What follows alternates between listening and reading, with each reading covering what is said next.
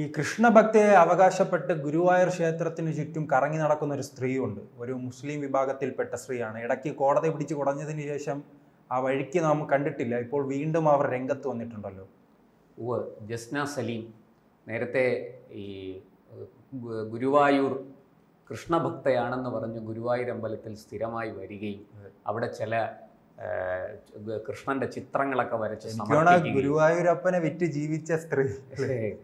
നമ്മളെ അത്രത്തോളം കടുപ്പിച്ച് പറയാൻ എന്തായാലും കോടതി ഇടപെട്ടതോടുകൂടി അതിനൊരു ഒരു സമാധാനം ഉണ്ടായി. പക്ഷേ ഇപ്പോൾ ഇത് വീണ്ടും അവർ വന്നിരിക്കുകയാണ്. ഇത് വളരെ ആസൂത്രിതമായ ഒരു ഗൂഢാലോചനയുടെ ഭാഗമാണോ എന്ന് സംശയിക്കേണ്ടിയിരിക്കുന്നു. കാരണം എന്തോ ഒരു മാലയുമായിട്ടാണ്, അതെ, ഒരു പ്രത്യേക മാലയുമായിട്ട് ഹരേ കൃഷ്ണ എന്ന് പറഞ്ഞിട്ടൊക്കെയാണ് വരുന്നത്. എന്തായാലും ഗുരുവായൂരപ്പന് ഒരുപാട് ആൾക്കാർ അവിടെ വരികയും ഗുരുവായൂരിൽ കാണിക്കയായിട്ട് പലതും സമർപ്പിക്കുകയും ചെയ്യുന്നുണ്ട്. വളരെ ഭക്തിയോടുകൂടി വരുന്നുണ്ട്. ഭക്തരല്ലാത്ത ആൾക്കാരും ഗുരുവായൂർ വരാറില്ല. ഗുരുവായൂരിൽ പിന്നെ വരുന്നത് ഈ ക്ഷേത്രങ്ങൾ, നമുക്കറിയാലോ, ക്ഷേത്രങ്ങൾ കേന്ദ്രീകരിച്ച് മോഷണം നടത്താൻ വരുന്നവരുണ്ട്. ഇപ്പോൾ ആറ്റുകാൽ അമ്പലത്തിൽ പൊങ്കാലയ്ക്ക് മുമ്പ് നമ്മൾ കണ്ടതാണ് CCTV ദൃശ്യങ്ങൾ. വളരെ കൃത്യമായിട്ട് അവരെ പിടികൂടുകയും ചെയ്തു പോലീസ്. അക്കാര്യത്തിൽ നമ്മൾ പോലീസിന് കൈയടിക്കണം. ഇത്തരത്തിലുള്ള കുഴപ്പക്കാരെ കണ്ടെത്താൻ സാധിച്ചല്ലോ. അതുപോലെ ക്ഷേത്രത്തിൽ വരുന്നത് ഭക്തരാണ്. ഈ ഭക്തിയുടെ പേരിലാണ് ആർക്ക് വേണമെങ്കിലും ക്ഷേത്രത്തിൽ വരാം, അവർക്ക് അവിടെ ദർശനം നടത്താം. അവിടുത്തെ നിയമങ്ങൾ പാലിക്കണം, അവിടുത്തെ ആചാരങ്ങൾ പാലിക്കണം. നമ്മുടെ രാജ്യത്ത് നമ്മളൊരു മതനിരപേക്ഷ രാഷ്ട്രമാണ് എന്നാണ് നമ്മുടെ സങ്കല്പം. നമ്മുടെ ഭരണഘടന എല്ലാ മതങ്ങൾക്കും തുല്യ പ്രാധാന്യം നൽകുന്നു. മതമില്ലാത്തവർക്കും ഇവിടെ അതേ പ്രാധാന്യം തന്നെ ഉണ്ട്. മതമില്ലാതെയും ജീവിക്കാം. അപ്പോൾ ഏത് മതത്തിൽ വിശ്വസിക്കുന്നയാളിനും അയാളുടെ സ്വാതന്ത്ര്യം, ആ മതവിശ്വാസം പിന്തുടരാനുള്ള സ്വാതന്ത്ര്യമുണ്ട്. പക്ഷെ അത് ഇതര മതസ്ഥർക്ക് ഉപദ്രവമാകരുത്, മറ്റുള്ളവരെ ഉപദ്രവിക്കുന്നതാകരുത്.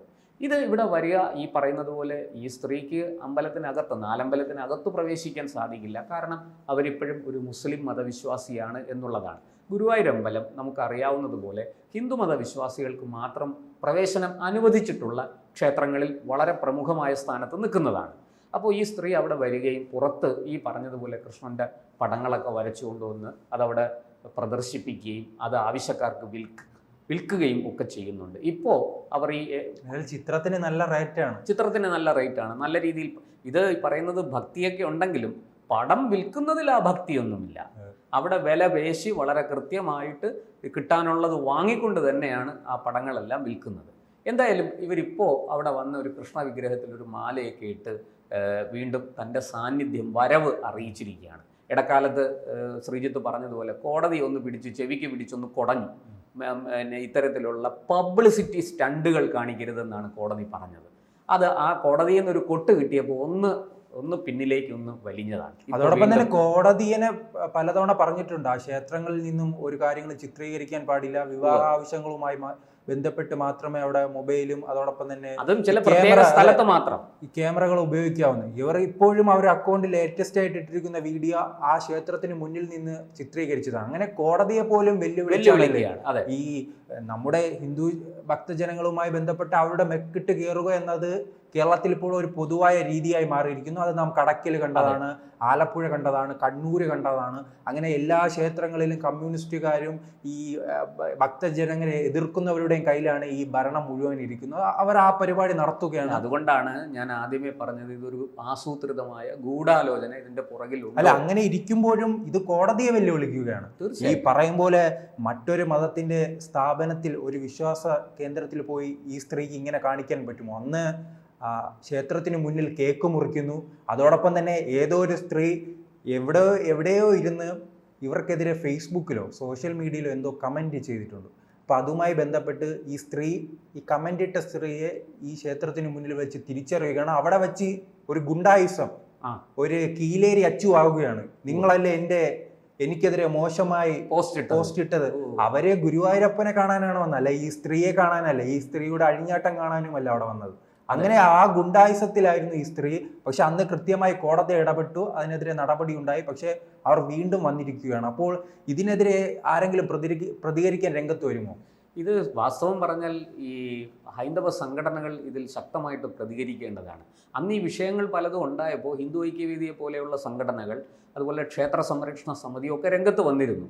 അവർ ചിലരൊക്കെ പരാതി കൊടുക്കുകയും ചെയ്തു. എന്തായാലും വിഷയം കോടതിയുടെ അടുത്തെത്തിയതോടുകൂടി ഈ പറഞ്ഞതുപോലെ കോടതി അതിലൊരു തീർപ്പ് കൽപ്പിക്കുകയും ഇവരെ വിലക്കുകയും ചെയ്തതുകൊണ്ട് നിങ്ങൾക്ക് അവിടെ വരാം, മര്യാദയ്ക്ക് അവിടെ വന്ന് നിങ്ങൾക്ക് തൊഴണമെങ്കിൽ തൊഴാം, നിങ്ങളുടെ ചിത്രം വിൽക്കണമെങ്കിൽ വിൽക്കാം, പക്ഷെ അവിടെ വന്ന് അഭ്യാസം കാണിക്കരുത് എന്ന് കോടതി കർശനമായ താക്കീത് കൊടുത്തോടുകൂടി ഇവരൊന്ന് അടങ്ങിയതാണ്. എന്തായാലും ആ പ്രശ്നവുമായി ബന്ധപ്പെട്ട് തന്നെ ഈ സ്ത്രീയുമായി ബന്ധപ്പെട്ട പഴയ കാര്യങ്ങളും കുറേയല്ല പുറത്തു വന്നിട്ടുണ്ട്. ഒരുപാട് കാര്യങ്ങൾ പുറത്തു വന്നു. ഇവർ പലർക്കെതിരെയും ഈ ബ്ലാക്ക് മെയിലിംഗ് രീതിയിലുള്ള പരാതികൾ കൊടുക്കുക, ഈ എന്താ പറയുക, പീഡനക്കുറ്റം ആരോപിക്കുക, അങ്ങനെയൊക്കെ ചെയ്തിരുന്നു. അതിനെ സംബന്ധിച്ചുള്ള നിരവധി പരാതികൾ FIR അടക്കം തെളിവുകളടക്കം പുറത്തു വന്നു. അന്നത് ഇവർക്ക് വലിയ തോതിൽ ഇവരുടെ എന്താ പറയണ്ടേ പ്രതിച്ഛായയ്ക്കും ഇവരുടെ വിശ്വാസ്യതയ്ക്കും ഒക്കെ കളങ്കമേറ്റു. അതോടുകൂടിയാണ് അവരൊന്ന് അടങ്ങിയത്. മാത്രമല്ല അവർ ഇടയ്ക്ക് ഫേസ്ബുക്കിലൂടെയും മറ്റുമൊക്കെ ഞാനിപ്പോൾ ആത്മഹത്യ ചെയ്യും എന്ന് പറഞ്ഞൊരു ഭീഷണിയും മുഴക്കി. ചിലരൊക്കെ ഇങ്ങനെ എന്നെ തേജോവധം ചെയ്യുന്നു, അതുകൊണ്ട് ഇത് സഹിക്കാൻ പറ്റുന്നില്ല, എൻ്റെ കണ്ണൻ, അവർ കണ്ണൻ എന്നാണ് കൃഷ്ണനെ വിളിക്കുന്നത്, എൻ്റെ കണ്ണ എനിക്കിത് സഹിക്കാൻ വയ്യ, ഞാൻ ആത്മഹത്യ പോവുകയാണെന്നൊക്കെ പറഞ്ഞ് ഒരു ഫേസ്ബുക്ക് പോസ്റ്റൊക്കെ ഇട്ടു. പക്ഷെ അതിനൊന്നും യാതൊരു വിലയും കിട്ടിയില്ല എന്നുള്ളതാണ്. ആരും അത് പിന്തുണച്ചില്ല. ഈ പറഞ്ഞതുപോലെ ഈ ചായക്കോപ്പയിലൊരു കൊടുങ്കാറ്റായിട്ട് അതങ്ങ് ഒടുങ്ങി. കോടതിയുടെ താക്കീത് കൂടെ വന്നതോടുകൂടി ഒന്ന് ഒതുങ്ങി നിൽക്കുകയായിരുന്നു. ഇപ്പോഴിതാ വീണ്ടും അവർ രംഗത്തെത്തി. എന്തായാലും കേരളത്തിലുടനീളം ഇപ്പോൾ ദൈവങ്ങൾക്ക് കഷ്ടകാലമാണെന്ന് തോന്നുന്നു. തീർച്ചയായിട്ടും ഈ കമ്മ്യൂണിസ്റ്റ് ഭരണത്തിൽ തീർച്ചയായിട്ടും ദൈവങ്ങൾക്ക് കഷ്ടകാലമാണ്. അത് നമുക്ക് ഉറക്കെ പറയേണ്ടിയിരിക്കുന്നു. അതിന് ഇവിടുത്തെ ഭക്തജന സമൂഹം ശക്തമായിട്ട് രംഗത്ത് വരേണ്ടതാണ്. അവർക്ക് പിന്തുണയേകി ഈ പറയുന്നത് പോലെ ഹിന്ദു സംഘടനകളും ഈ പറയുന്ന ക്ഷേത്ര സംരക്ഷണ സമിതി പോലെയുള്ള സംഘടനകളും രംഗത്ത് വരേണ്ടതാണ്. അതെന്തുകൊണ്ടാണ് അതിന് അമാന്തമെന്ന് എനിക്ക് മനസ്സിലാകുന്നില്ല. പക്ഷേ ശ്രീജിത്ത് പറഞ്ഞതുപോലെ കടക്കൽ ക്ഷേത്രത്തിലാകട്ടെ, കണ്ണൂരാകട്ടെ, ആലപ്പുഴയിൽ ഒരു കൊച്ചുകുട്ടി 10 മണി കഴിഞ്ഞു, 10 മണിക്ക് മൈക്ക് ഓഫ് ചെയ്യണം എന്ന് നമുക്കൊരു പൊതുവായ നിയമമുണ്ട്. പക്ഷേ ആ കുട്ടി ഒരു തൻ്റെ കലാവൈദഗ്ധ്യമാണ് പ്രദർശിപ്പിച്ചുകൊണ്ടിരുന്നത് വയലിനിലൂടെ. ആ കുട്ടി ഒരു 5-10 മിനിറ്റിനുള്ളിൽ അത് തീരും. പക്ഷെ അതിന് പോലും സമ്മതിക്കാതെ പോലീസ് തന്നെ നേരിട്ട് വന്ന് അത് നിർത്തലാക്കുകയാണ്. ഇപ്പോൾ ശ്രീജിത്ത് നേരത്തെ ചോദിച്ച ചോദ്യം വളരെ പ്രസക്തമാണ്. ഒരു ക്രിസ്ത്യൻ പള്ളിയിലോ മുസ്ലിം പള്ളിയിലോ ഇവരിത് ചെയ്യും? നമുക്കറിയാം, ചാലക്കുടിക്കടുത്ത് ഒരു ക്രിസ്ത്യൻ പള്ളിയിൽ പെരുന്നാൾ ആഘോഷവുമായിട്ട് ബന്ധപ്പെട്ട് അവിടുത്തെ SI ഒരു ചെറിയ പുകിലുണ്ടാക്കി. അവിടെ എന്താ സംഭവിച്ചത്? അയാളെ അവിടെ നിന്ന് സ്ഥലം മാറ്റി, അല്ലേ? അപ്പോൾ പോലീസിനും അറിയാം ആരോട് കളിക്കണം, ആരോട് കളിക്കരുതെന്ന്. ഇവിടെ ഈ പറയുന്നത് പോലെ മറ്റൊരു കാര്യമുണ്ട്. ഈ കമ്മ്യൂണിസ്റ്റുകൾ ഭരിക്കുന്ന ക്ഷേത്രത്തിൽ, കണ്ണൂരിൽ പല ക്ഷേത്രത്തിലും കയറി ഇത്തരം റോള് കാണിച്ചപ്പോൾ DYFIക്കാർ പഞ്ഞിക്കിടുന്നതും ആ കാഴ്ചയും നമ്മൾ കണ്ടു. അതേ പോലീസുകാർക്ക് തന്നെ അതാണ് ഞാൻ നേരത്തെ പറഞ്ഞത്, ആരോട് കളിക്കണം ആരോട് കളിക്കണ്ട എന്ന് അവർക്ക് അറിയാം. ഇപ്പോൾ ഭീമാവള്ളിയിൽ പോയിട്ട് ആരെങ്കിലും ഇത്തരത്തിലൊരു ഇത് ചെയ്യുമോ? ഈ പറയുന്ന ഈ ജസ്ന സലീം തന്നെ ഭീമാവള്ളിയിൽ പോയിട്ട് ഇത്തരത്തിലുള്ള എന്തെങ്കിലും ഒരു പ്രകടനം അവിടെ നടത്തുമോ? അത് മൊബൈലിൽ ചിത്രീകരിക്കുമോ? എന്നിട്ട് അത് സോഷ്യൽ മീഡിയയിൽ പങ്കുവയ്ക്കുമോ? അതല്ലാതെ ഹിന്ദു സംഘടനകൾക്കും ഇതിലൊരു വലിയ തെറ്റുപറ്റിയിട്ടില്ല. ഈ സ്ത്രീയെ വലിയ രീതിയിൽ ഉയർത്തിക്കൊണ്ട് നടക്കുക, ഈ സ്ത്രീയുടെ പശ്ചാത്തലം പരിശോധിക്കാതെ. അത് സ്വാഭാവികമാണ്. കാരണം ഈ നമ്മളീ പറയുന്ന പക്ഷേ എനിക്ക് തോന്നുന്നു ഇവരുമായി ബന്ധപ്പെട്ട അന്ന് ഒരു 6-7 കേസുകൾ അന്ന് പുറത്തേടല്ലേ. എൻ്റെ അറിവിൽ ഏതാണ്ട് 15ഓളം കേസ്. എന്നിട്ടും എന്തുകൊണ്ട് ഈ പരാതികൾ എന്നിട്ട് പോലും ഈ ഹിന്ദു സംഘടനകളുടെ നേതാക്കൾ എന്തുകൊണ്ട് തിരിച്ചറിയാൻ കഴിഞ്ഞിട്ട് അവരിത് വലിയ കാര്യമായിട്ട് എടുത്തില്ല. ഞാൻ മനസ്സിലാക്കുന്നത്, ഞാനിത് ചില ആൾക്കാരോടൊക്കെ സംസാരിച്ചിരുന്നു, പോട്ടെ നമ്മളായിട്ട് എന്തിനാ ഒരു വിവാദം ഉണ്ടാക്കുന്നത് എന്ന് വിചാരിച്ചിട്ടാണ് അവർ തുടക്കത്തിൽ ഒരു മെല്ലെപ്പോക്ക് നയം സ്വീകരിച്ചത്. പിന്നെ ഇത് അതിര് കടന്നപ്പോൾ അവർക്കും പരാതിപ്പെടാതിരിക്കാൻ നിർവാഹമില്ലാതെയായി. പക്ഷെ പൊതുവേ ഈ പറയുന്നത് പോലെ ഒരാൾ വന്നു, പ്രത്യേകിച്ചും മതസ്ഥയായ ഒരു പെൺകുട്ടി അത് വന്ന് കാരണം അവർക്ക് വലിയ നമുക്കറിയാമല്ലോ, ക്ഷേത്രത്തിൽ ഭരതനാട്യം കളിക്കാൻ വന്ന, ഡാൻസ് അവതരിപ്പിക്കാൻ വന്ന, ശാസ്ത്രീയ നൃത്തം അവതരിപ്പിക്കാൻ വന്ന ഒരു കുട്ടിക്ക്, അതും ഒരു മുസ്ലിം പെൺകുട്ടിയാണ്, ആ പെൺകുട്ടിക്ക് നേരിടേണ്ടി വന്ന സൈബർ ബുള്ളിങ്ങും അതുപോലെ തന്നെ ഭീഷണികളും ഒക്കെ നമ്മൾ കണ്ടതാണ് കേരളത്തിൽ. അത് ഒരു കമ്മ്യൂണിസ്റ്റുകാരി കൂടിയാണ്, നമ്മൾ മനസ്സിലാക്കേണ്ടത് അതാണ്. എന്നിട്ട് പോലും അവർക്ക് നേരിടേണ്ടി വന്നത്, ഇത് ഹിന്ദുക്കളാരുമല്ല, ഒരു ഹിന്ദു സംഘടനകളും അവർക്ക് ഫത്വ കൊടുത്തില്ല. ഒരു ഹിന്ദുവും അവരോട് ക്ഷേത്രത്തിൽ ഭരതനാട്യം അവതരിപ്പിക്കേണ്ട എന്ന് പറഞ്ഞില്ല.